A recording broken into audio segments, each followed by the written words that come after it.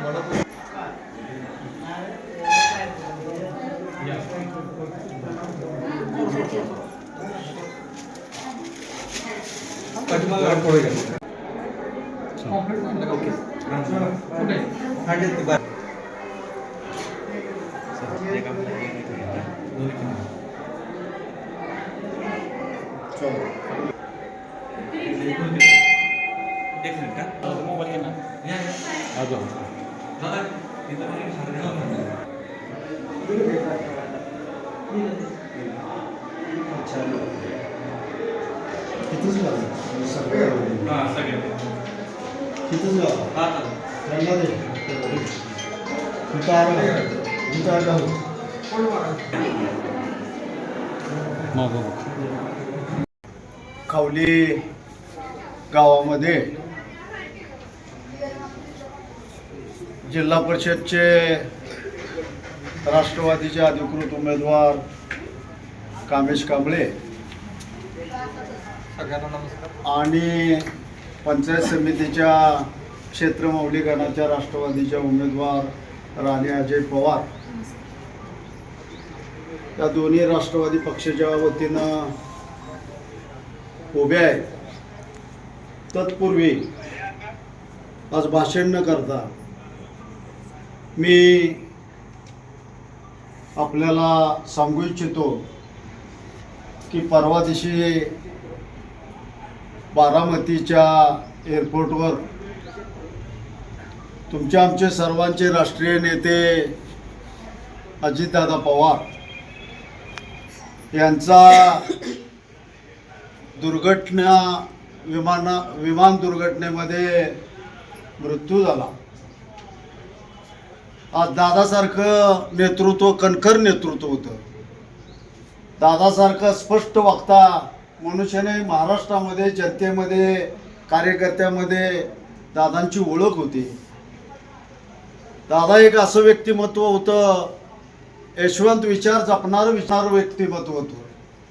सर्व धर्म सर्व जातीच्या धर्माच्या लोकांना बरोबर घेऊन जाणारं व्यक्तिमत्व होतं. आज तुम्हाला आम्हाला हवा असणारा नेता आणि आज काही काळानंतर दादा दोन्ही राष्ट्रवादी एकत्र करणार होते, परंतु काय कशाची दिष्ट लागली आणि या राष्ट्रवादीच्या नेत्याचं एक विमान अपघातामध्ये निधन झालं. एक चांगला नेता, कणखर नेता. त्या दिवशी मी काल अग्निदेला दादांच्या त्या बारामती त्या ठिकाणी गेलो होतो. अक्षरशः लहान थोरापासून मोठ्यापर्यंतची लोक इतके हळहळ करत होती, रडत होती की माझा दादा गेला, दादा तुम्ही मग परत या. म्हणजे अशा पद्धतीच्या घोषणा देत होत्या. म्हणजे दादानी एवढं हृदयामध्ये स्थान निर्माण केलं होतं जनतेच्या, की एवढं हृदयामध्ये की नको एवढं. माझा दादाचा या राजकारणाच्या याच्यामध्ये 4 वेळा संबंध आला. ज्यावेळेस शिक्षण सभापतीच्या वेळेस एक असा चांगला सगळ्यांना बरोबर घेऊन त्याने जाणारा आज, आणि त्या पद्धतीनं एवढी दुर्घटना झाली. आपल्या तुमच्या आमच्या स्वप्नामध्ये पण ही गोष्ट नव्हतं की दादांचं असं मृत्यू कशा पद्धतीनं जर डोळ्यासमोर जर ते कृत्य आणलं तर आपला नेता त्या विमानामध्ये स्फोट झाल्यानंतर कसा मासा तरपडतो तशा पद्धतीनं त्याचं म्हणजे हे झालं. इतका जनता हळहळत होती. तरी आज मी दादांना एक सातारा तालुक्याचा अध्यक्ष म्हणून मी दादांना त्यांच्या मृतात्म्यास आणि त्यांना भावपूर्ण श्रद्धांजली वाहतो. आणि ही श्रद्धांजली खावली ग्रामस्थांच्या वतीनं पण त्याच पद्धतीनं सर्व ग्रामस्थ माता भगिनी महिला यांच्या वतीनं पण एक दादासारखा एक नेता परत होणे नाही अशा दादांना आपण आज भावपूर्ण श्रद्धांजली वाहूया. राष्ट्रवादी पक्षाचे जे उमेदवार आहेत त्यांना आपण बहुसंख्य मताने निवडून द्यायचे. तेवढ्यासाठी आज ही खरी श्रद्धांजली ठरेल. तरी मी आपल्या सर्वांना विनंती करतो,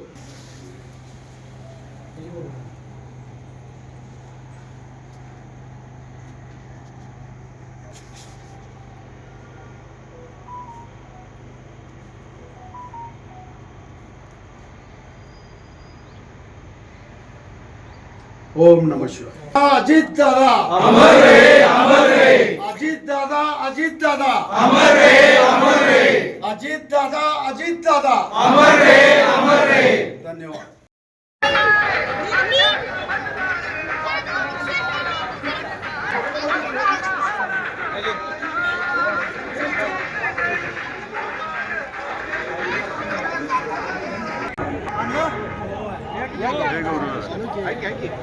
अण्णा पुढे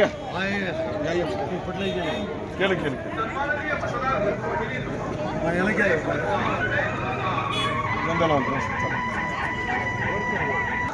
राष्ट्रवादी काँग्रेस पार्टीच्या उमेदवारांच्या सगळ्या यशासमोर बटन दाबून त्यांच्या हाकेला साथ द्या. लक्षात ठेवा, राष्ट्रवादी काँग्रेस पार्टी ताकद महाराष्ट्राची, प्रत्येक भारताची भारताची.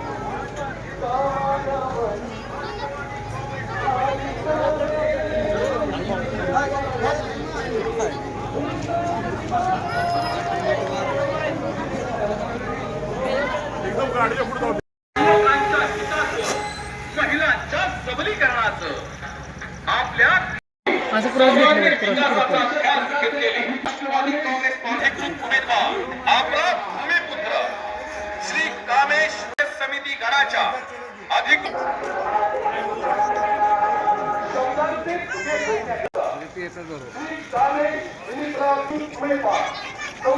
बटन दाबून प्रचंड मतांनी विजयी करा आणि आपल्या भागाचा विकास अधिक गतिमान करा.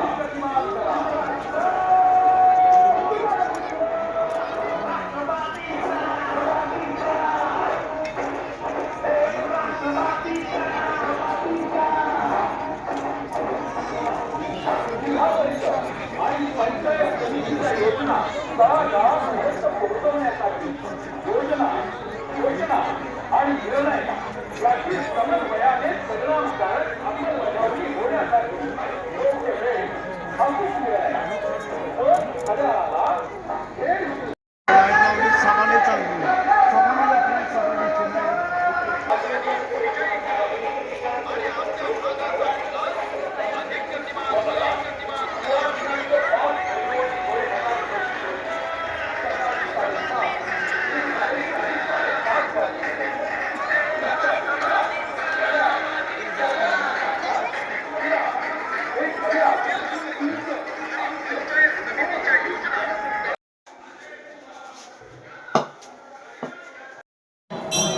आज नाना बोलतो आहे ना.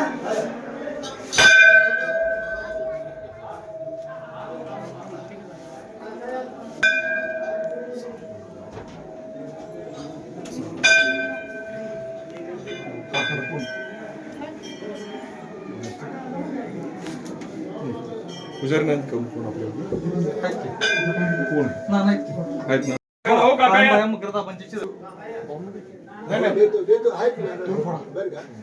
या माणसाला पुढे या नाही इथं पाच फोडायचे नाही इथं पाच फोडायचे बाकी भैरवाच्या नावानं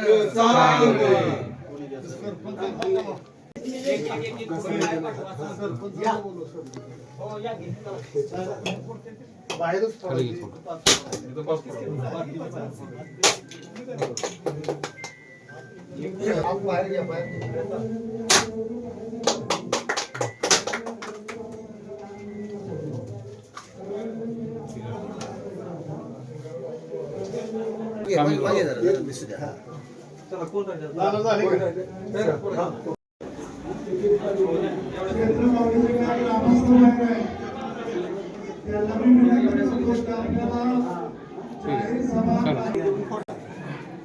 भैरवाच्या नावानं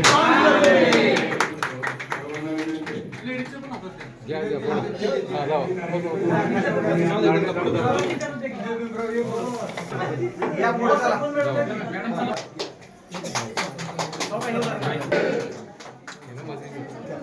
फोटो काढून त्याला फोटो काढून इथं पुढे आला की या तिथं नारळ देतो. थांबा या पुढे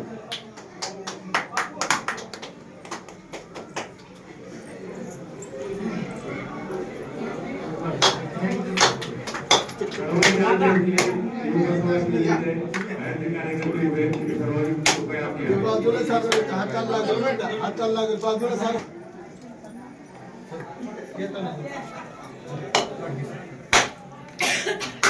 चला पुढे या तुम्ही. भैरवाच्या नावाने भैरवाच्या नावाने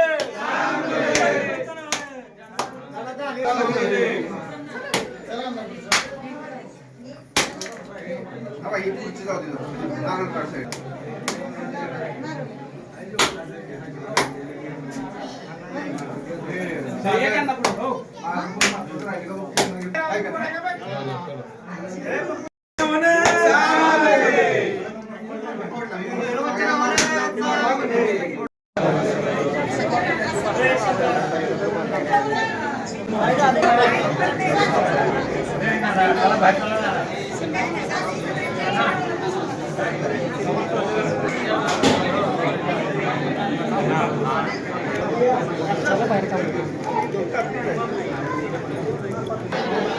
अरे बापरे कभी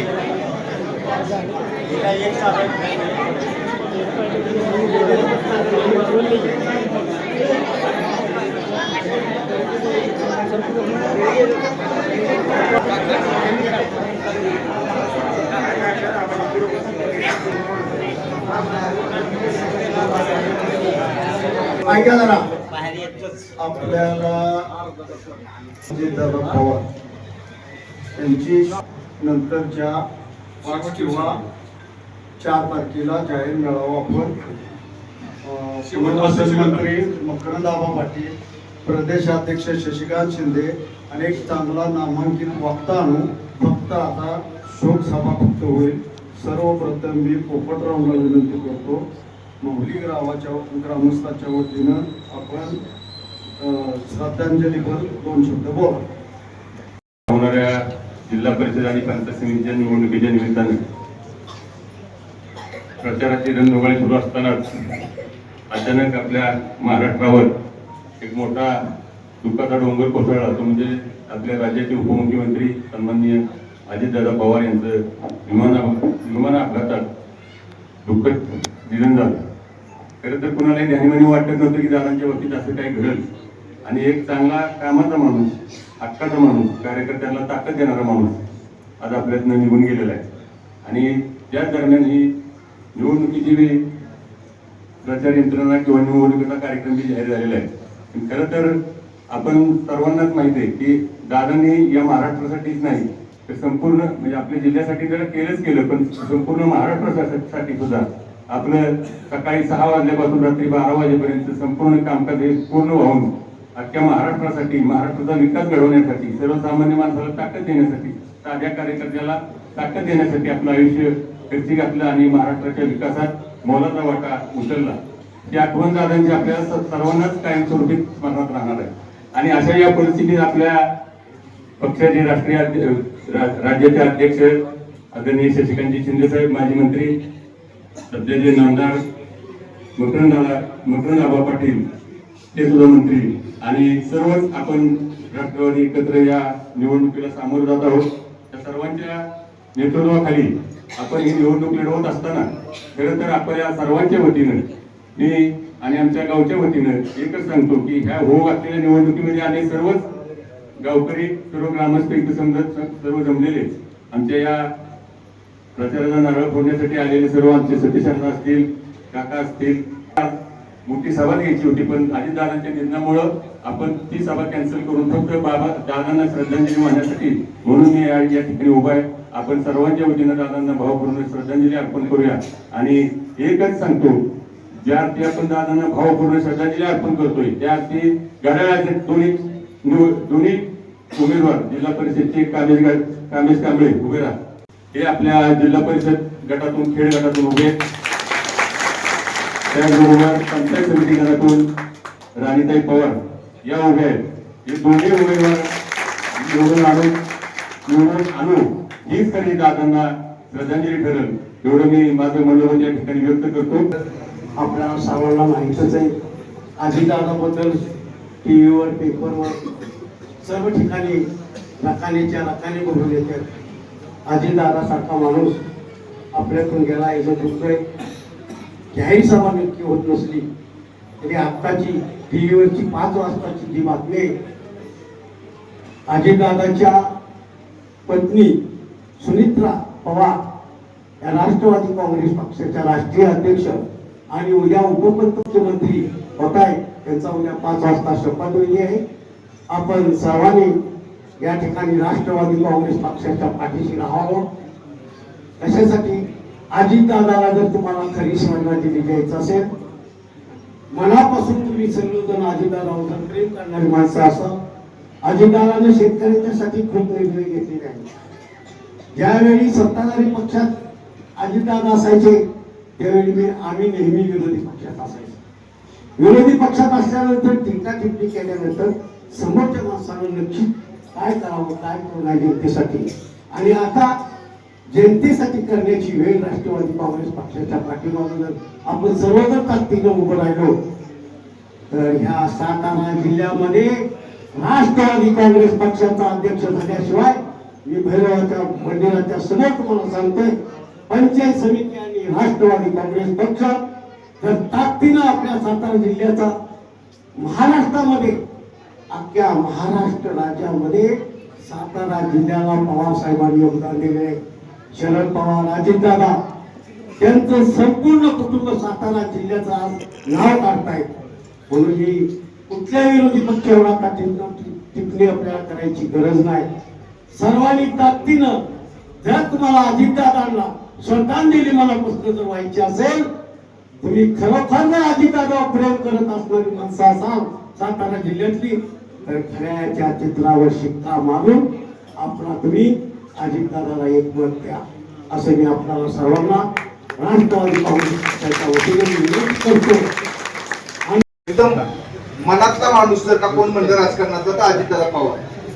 अतिशय दुर्दैवाने मी सांगतो की त्यांच्या काल विमान अपघातात दुर्दैवी मृत्यू झाला.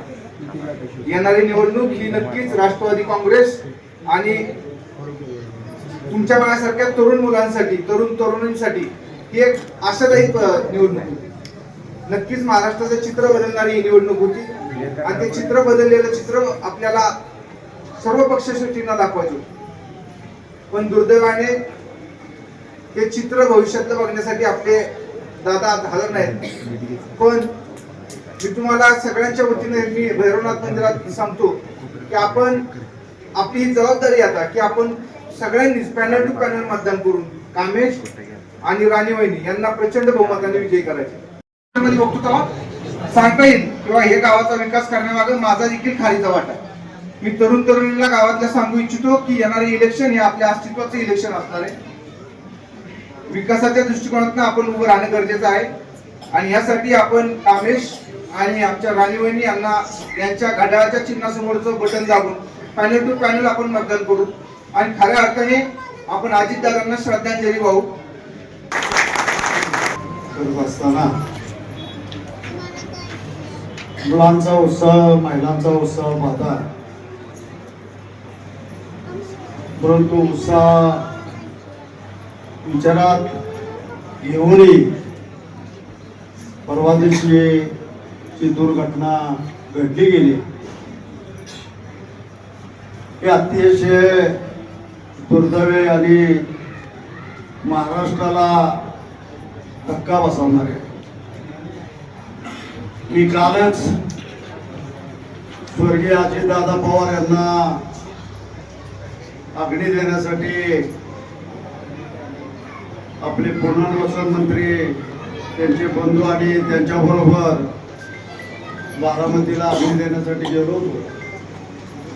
काका त्या ठिकाणी पाहिल्यानंतर असं इतकं वाईट वाटत होतं. असणारा तिथं जमणारा जनसागर आणि त्या जनसागर मध्ये महिला एवढा ठोक फोडत होत्या. तरुण वर्ग त्या ठिकाणी दादा परत या, दादा परत या. आणि खऱ्या अर्थाने त्या ठिकाणी शोकसभेला आम्ही गेल्यानंतर खरं पाहिलं गेलं आणि अतिशय वाईट वाटलं गेलं. एवढा मोठा जनसागर आला होता. प्रत्येकाच्या त्या ठिकाणी डोळ्यामध्ये अश्रू दिसत होते आणि प्रत्येकाला असं वाटत होतं की माझ्या कुटुंबातला माणूस गेला, माझा जवळचा माणूस गेला. अशा पद्धतीचं कालचं वातावरण घरी येईपर्यंत रात्री 12-1 वाजेपर्यंत झोप लागणे ना अक्षरशः प्रत्यक्षात दादा डोळ्यासमोर दिसत होते. दादाचा माझा संबंध राष्ट्रवादी पक्षाच्या तालुका अध्यक्ष झाल्यापासूनच्या 2-3 बैठका झाल्या त्यावेळेस दादांचे माझे संबंध आले. ज्यावेळेस मी शिक्षण आणि अर्थ समितीचा सभापती झालो त्यावेळेस संतोष भाऊ त्या ठिकाणी मित्रांना सांगितलं की या ठिकाणी ताबडतोब राजीनामा दे आणि आपलं ठरल्याप्रमाणे बदल करायचे. आणि त्या ठिकाणी मला शिक्षण सभापती होण्याचा मान मिळाला. आणि दादांचं एक होतं, जे दादा बोलायचे ते दादा करून दाखवायचे. आणि त्याचबरोबर अन्य कारणामुळे एक दादांचा माझा फार जवळ एक संबंध आला.